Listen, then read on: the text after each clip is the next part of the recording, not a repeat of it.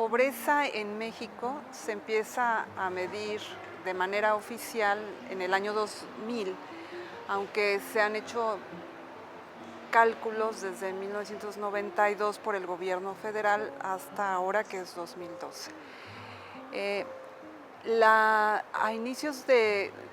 a finales del siglo pasado, a partir de la crisis de la deuda, se hicieron unas transformaciones en la economía, de la política económica, que se pensaba iban a mejorar las condiciones de vida de la población, o el gobierno planteó que iba a ser de esa manera.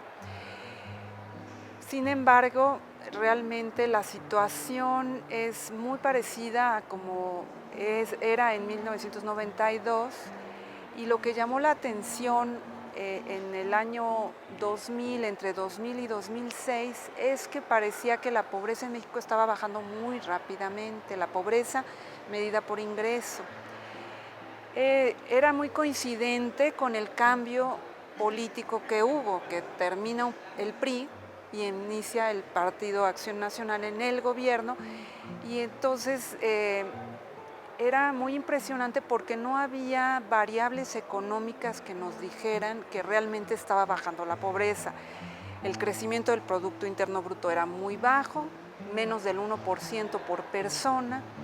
El número de trabajadores asegurados en el IMSS estaba bajando, el desempleo estaba aumentando, y cuando empieza a medirse de manera oficial la pobreza, casualmente del 2000 al 2002 hasta el 2006, la pobreza bajó rápidamente, sobre todo la pobreza extrema y en las áreas rurales. En realidad, cuando uno ve la fuente de información con la que se mide la pobreza, que es la Encuesta Nacional de Ingresos y Gastos de los Hogares, la ENIG,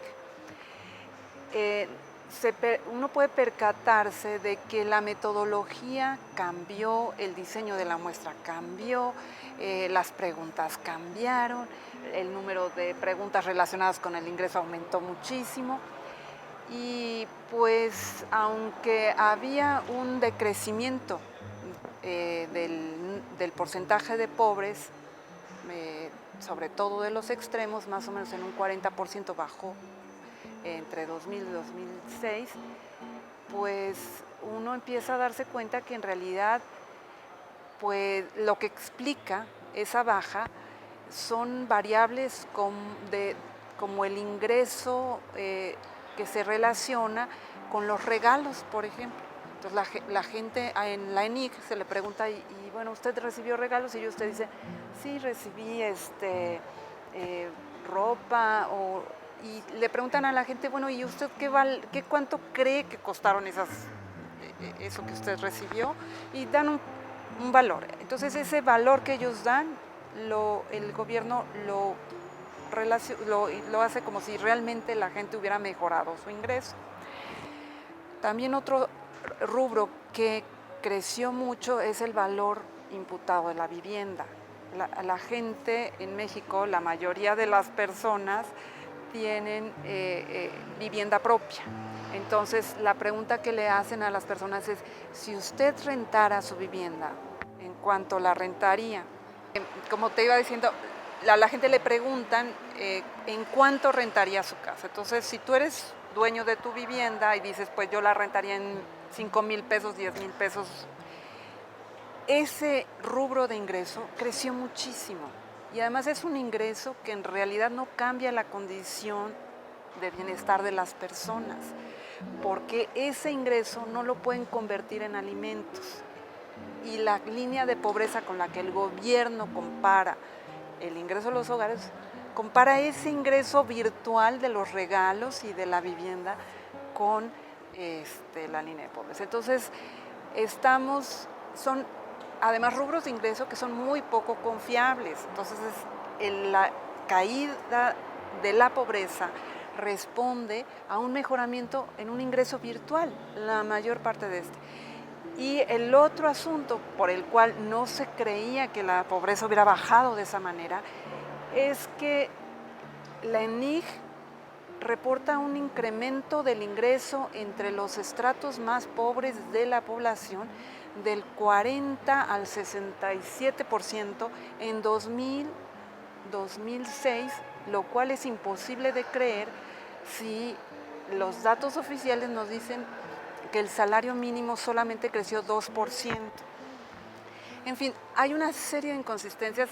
También, por ejemplo, los ingresos en el sector comercio y en el sector de la manufactura no, no crecieron de esa manera, crecieron a lo más 8%. De hecho, en el comercio cae el ingreso de los trabajadores, y que es un lugar donde es una actividad en la que los pobres trabajan abundantemente. Entonces, hay un problema muy fuerte con los datos en ese periodo. A partir del 2008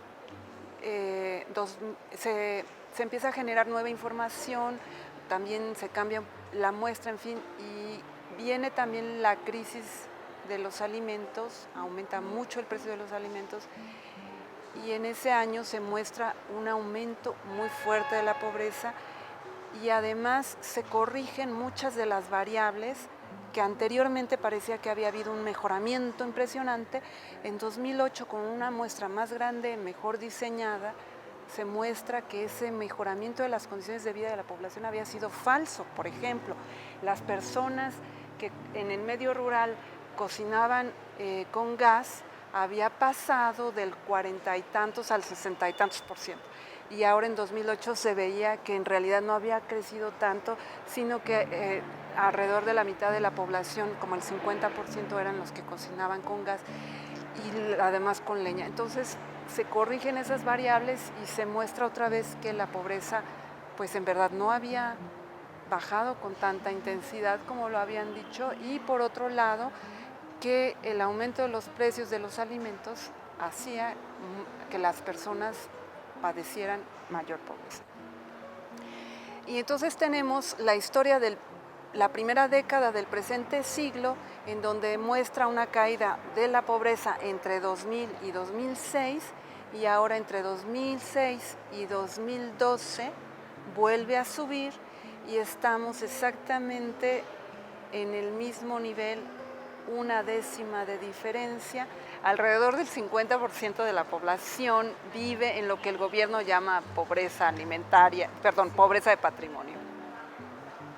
El problema con las variables, el problema con los cambios de la metodología hacen suponer que la baja que se reportó en los primeros 6 años, el primer sexenio del gobierno del PAN, no fue tan verdadera o no se verifica empíricamente como el gobierno lo anunció.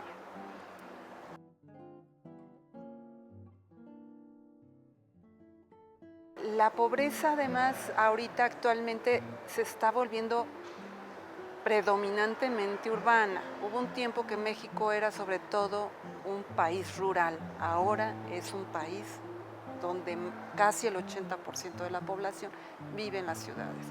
Las ciudades están creciendo rápidamente y cada ciudad tiene distintas características, distintos niveles de la pobreza según sus propias historias. Hay ciudades, por ejemplo, como la Ciudad de México, donde hubo mucha inversión en términos de infraestructura, de salud, de educación, industria, servicios, en fin, se dieron todas las condiciones para que la población encontrara empleo, tuviera mejor nivel de vida, y la Ciudad de México es una, por ejemplo, de las ciudades menos pobres. Pero si tú comparas el Distrito Federal con el Estado de México, que viene a crecer posteriormente, ¿no?, que viene a absorber toda esa masa de migrantes que se dio en el siglo pasado, la segunda mitad del siglo pasado, se fueron sobre todo al Estado de México, y el mismo crecimiento poblacional de la Ciudad de México se expandió hacia el Estado de México.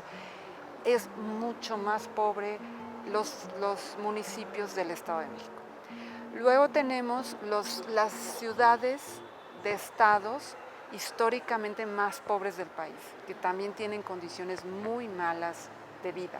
casi idénticas a las zonas rurales, por ejemplo, del norte del país. O sea, su nivel de vida es casi igual que la zona rural del norte, que sería en este caso Guerrero, Oaxaca, en Chiapas. Las ciudades que capitales es más, tienen un nivel de pobreza muy elevado. Y digamos, hay otras ciudades como Acapulco o Poza Rica en Veracruz, que aunque han tenido una actividad económica fuerte, Acapulco el turismo, Poza Rica la cuestión petrolera, industrial, las condiciones de vida de los trabajadores son muy, muy malas en términos de mala condición de vivienda, no tienen acceso a servicios de salud, hay bajos niveles educativos. Por ejemplo, Acapulco tiene zonas en donde todos los trabajadores de los comercios, los hoteles, los restaurantes viven en condiciones miserables, sin agua, sin drenaje, sin baño propio, en fin, tienen problemas muy serios. Y hay otras ciudades, por ejemplo, como Tijuana, que es una ciudad como de paso. Entonces es un nivel de ingreso muy elevado en comparación con otras ciudades, pero una calidad de la vivienda terrible, que viven en lugares en donde hay mucha lámina de cartón, mucha llanta, mucho asbesto. Entonces esas condiciones de vida pues son muy precarias y por eso es muy importante mirar la pobreza multidimensionalmente, medir todos estos aspectos que tienen que ver con el ingreso, la salud, la educación, porque eso es lo que hace realmente que las personas se pueda evaluar si las personas realmente tienen un buen nivel de vida o no lo tienen. Y nosotros medimos la pobreza con el método de medición integral de la pobreza en ese artículo y mostramos las comparaciones entre los niveles de pobreza del gobierno, las oficiales, con el método de medición integral de la pobreza. Son más elevadas en el caso del método, por ejemplo, el gobierno que reconoce alrededor del 50% en 2008, nosotros estamos alrededor del 75-78%, pero porque nosotros sí consideramos todos esos otros aspectos de educación, salud y demás, pero además consideramos la pobreza de tiempo, que es un elemento muy importante, que cada día los hogares mexicanos están padeciendo más problemas de disponibilidad de tiempo para el descanso, para la convivencia familiar, porque necesitan dedicar más tiempo al trabajo para conseguir los ingresos y evitar el deterioro de sus condiciones de vida.